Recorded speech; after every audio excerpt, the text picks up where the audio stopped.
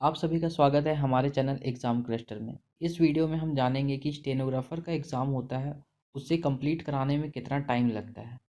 कहने का मतलब ये है कि जैसे कि आपको पता होगा कि बैंकिंग के जितने भी एग्ज़ाम्स होते हैं लगभग, वो 6 महीना में अपना सिलेक्शन प्रोसेस कंप्लीट कर लेते हैं और 6 महीना के बाद उनके हाथ में उनका जॉइनिंग लेटर उनको मिल जाता है।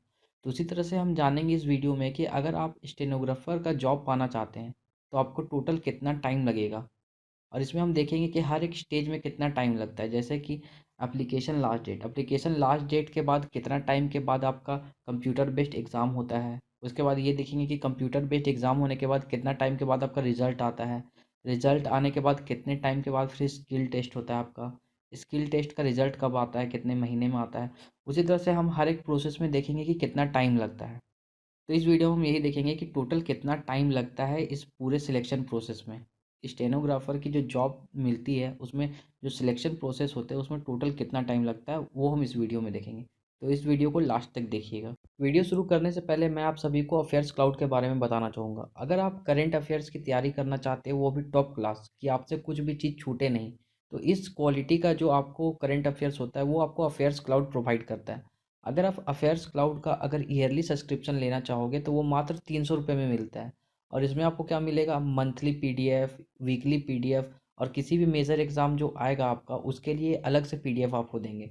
तो ओवरऑल देखिए तो इसमें आपका कुछ भी नहीं छूटेगा और इनका जो क्वालिटी है वो एकदम टॉप क्लास का है। अगर आप खुद से एक बार कभी देखिएगा तो आपको अफेयर्स क्लाउड की क्वालिटी का अंदाज़ा हो जाएगा। और अगर आप ये खरीदना चाहते हो अफेयर्स क्लाउड का पीडीएफ ईयरली सब्सक्रिप्शन, तो आप exam cluster coupon code use कीजिएगा, इससे आपको थोड़ा डिस्काउंट भी मिलेगा। और इसका करंट अफेयर्स टॉप क्लास का है, ये मैं पहले बता देता हूँ आपको। करंट अफेयर्स मैं इसलिए भी बोल रहा हूँ क्योंकि आजकल हर एक एग्जाम में आपको करंट अफेयर्स के 5-6 क्वेश्चन, 10 क्वेश्चन आपको देखने को मिलेंगे ही। और स्टेनोग्राफर में भी ये अच्छे खासे करंट अफेयर्स का क्वेश्चंस आते हैं। इसलिए अगर आप स्टेनोग्राफर के लिए अगर करंट अफेयर्स की प्रिपरेशन करना चाहते हो, वो भी बेस्ट क्वालिटी की, तो आप अफेयर्स क्लाउड से कर सकते हैं। सबसे पहला स्टेप होता है कि जब आप फॉर्म भरते हो, तो फॉर्म भरने के बाद जब फॉर्म का लास्ट डेट आ जाता है, तो उस डेट के बाद 2.5 महीने के बाद आपका कंप्यूटर बेस्ड एग्ज़ाम होता है।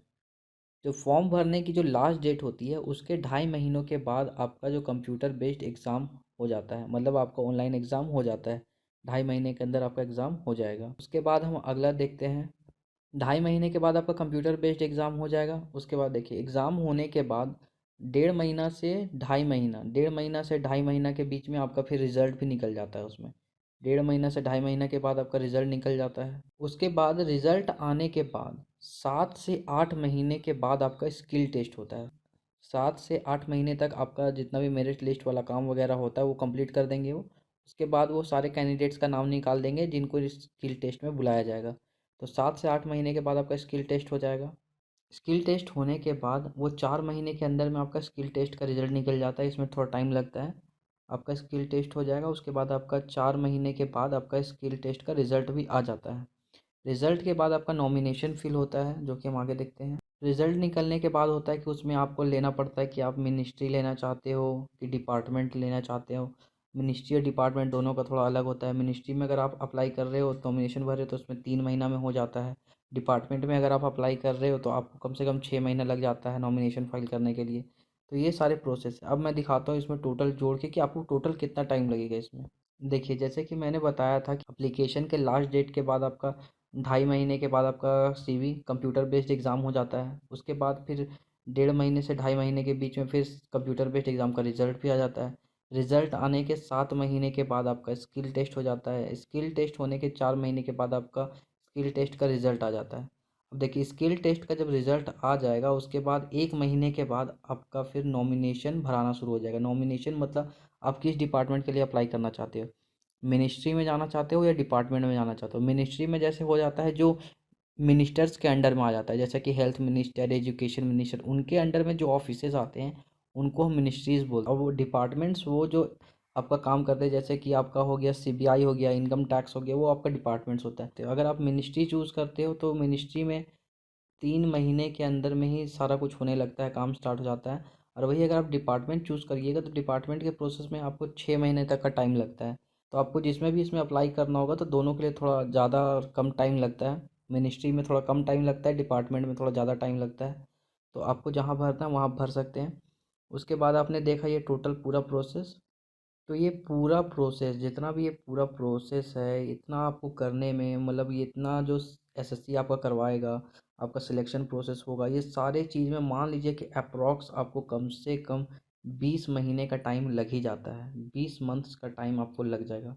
20 महीना मतलब 1 साल 8 महीना लग जाएगा आपको। तो ये कोई छोटा मोटा या कोई आसान प्रोसेस नहीं है, इसमें टाइम बहुत ज़्यादा लग गया। जैसे कि आपको पता होगा बैंकिंग एग्ज़ाम्स में मात्र 6 महीना लगता है। 6 महीने के अंदर में वो सारा एग्ज़ाम्स लेंगे, उसका रिजल्ट निकालेंगे, सारा सिलेक्शन प्रोसेस कंप्लीट करके 6 महीने तक आपको आपका जो ज्वाइनिंग लेटर होगा वो आपके हाथ में होगा। बट इसमें आप देख रहे हैं आपको 20 महीना लग रहा है। 20 महीना लगभग 3 गुना टाइम, 3 गुना टाइम लग रहा है इसमें। 2018 स्टेनोग्राफर का जिन्होंने एग्ज़ाम दिया था, जैसे कि उनका एग्ज़ाम हुआ था आपका 5 से 7 फरवरी। 5 से 7 फरवरी, वो भी कब हुआ था? 2019 में हुआ था। 2019 में। तो सोचिए एसएससी को इस प्रोसेस को कंप्लीट करने में कितना टाइम लगता है? 20 महीना। तो अगर आप सोचिएगा उनका 2018 स्टेनोग्राफर वाला का, तो उनका आपको समझ में आएगा कि अभी तक अक्टूबर अक्टूबर अक्टूबर आपका 2020 इतना तक, अक्टूबर 2020 तक उनका सारा प्रोसेस कंप्लीट हो जाना चाहिए था। बट अभी जब आपको पता ही होगा आप सभी को कि जैसा कि अभी कोरोना वायरस का इफेक्ट चल रहा है, तो उसके चलते सारा प्रोसेस अभी थोड़ा डिले हो गया है। तो ये डिपेंड करता है पूरा पूरी कि अब जब तक ये लॉकडाउन वगैरह या कोरोना वायरस का जब तक ये ख़त्म नहीं होता है, तब तक मुझे नहीं लगता है कि उनके लिए कोई डेट प्रिडिक्ट करना सही होगा 2018 वालों के लिए। 2018 वालों के लिए अब जो भी है वो है आपका वायरस का जब तक इफेक्ट ख़त्म नहीं हो जाता है, जब तक ये लॉकडाउन्स नहीं हटेगा, तब तक अभी कोई नया डेट हमको नहीं लगता है कि आएगा इसके ऊपर में।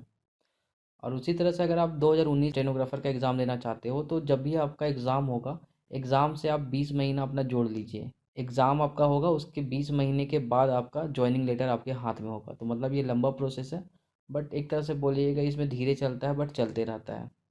अगर आप स्टेनोग्राफर का जॉब पाना चाहते हो, तो आपको पूरा प्रोसेस कंप्लीट करते करते आपका 20 महीना लग जाएगा। आपको 20 महीना लग ही जाएगा लगभग। तो समझ लीजिए कि ये थोड़ा लंबा जर्नी है, बट अगर आप जॉब पाना चाहते हो, आप डेडिकेटेड हो इसके लिए, तो ये 20 महीना भी कुछ ज़्यादा नहीं है। तो बस तैयारी कीजिए बढ़िया से। और हमारे चैनल में अगर आप नए हैं तो हमारे चैनल को सब्सक्राइब करिए। अगर आपको ये वीडियो यूज़फुल लगा हो तो इसे लाइक ज़रूर करिए।